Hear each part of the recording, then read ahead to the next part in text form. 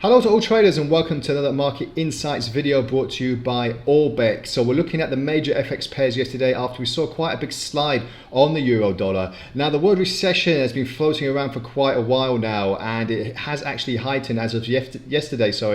Morgan Stanley did say that they were expecting Europe to fall into a slight recession by the end of the year. This is to do with the oil and gas prices, GDP data that's not really good reading at the moment, and also we've had this food shortages which is floating around Europe as well. So with the G7 leaders also saying they're looking to put a price cap on Russian oil, it could mean that Russia could actually cut off oil exports completely sooner rather than later. So this would leave Europe in quite a big limbo. And also yesterday's speech by Fed Chair Jerome Powell says the pandemic has altered the way we live completely, and he has tried to brush off recession fears, but obviously with the European Central Bank looking to hike rates at their next meeting, and also the Fed chair saying that he will keep aggressively raising rates, they will have to beat off inflation. A recession or recessions are looking likely. So let's just take a look at the charts to see what opportunities are in store. And what I'm looking at the moment on the euro dollar chart is from the back end of, well, middle to back end of 2021, we have seen this continuous bear market in the euro dollar. And if you look at the peak at this last swing high, roughly about the 120, 122 region, we've seen this vast decline down to the 103, 104 region. We are now teetering or playing with the 105 handle at the moment, but from yesterday, I'll just zoom in so it's a little bit easier to see. Actually, let's put this on the 4-hour chart so it's a little bit easier to see for the intraday.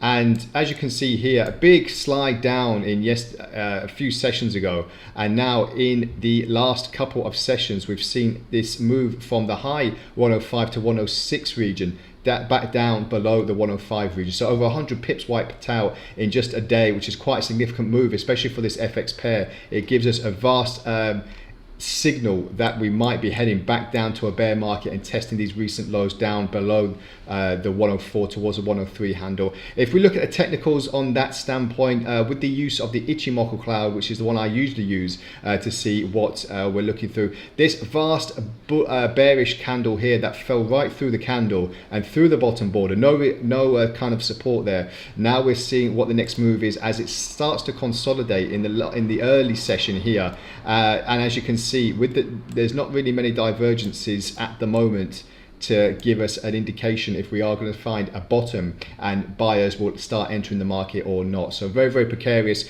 for the Eurozone, especially after this news from Morgan Stanley. But if we take a look at the pound dollar, it's pretty much going in tandem.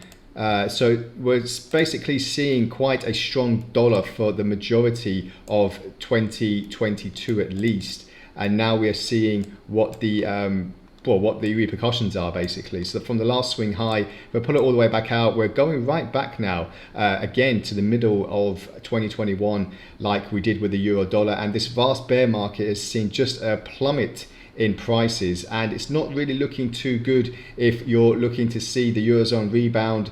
It is fundamentally driven quite significantly for the last 6 months, especially when this invasion from Russia into Ukraine started. Obviously inflation is at a peak now. We're looking at oil prices starting moving higher. Even if G7 leaders do put a cap on Russian oil, it's probably not going to be anytime soon. And obviously Russia have these other countries, the BRIC countries, that are still really with Russia, let's say, in not putting many sanctions on them. So that is something that the G7 leaders will have to think about. And if there is a cap on oil, what will be the outcome for that? So at the moment on the 4-hour chart, consolidating at the moment, but we saw this vast descension like the euro dollar, a bounce back higher, and now in the last couple of sessions we did see a dip in prices, which indicates a strong dollar and a weaker eurozone basically. Don't forget the UK is still in Europe, it's just not in the European Union, so it's still on the continent. It hasn't broken away just yet, but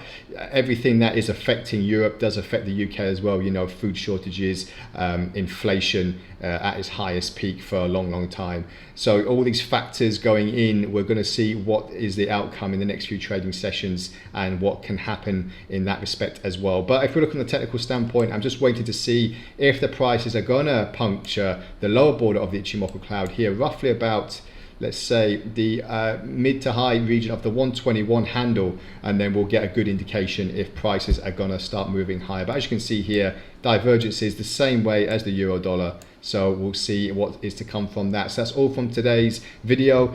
Please feel free to like, subscribe and follow, and add any comments that you want, and we'll get back to you as soon as possible. So have a great trading day ahead, and bye for now.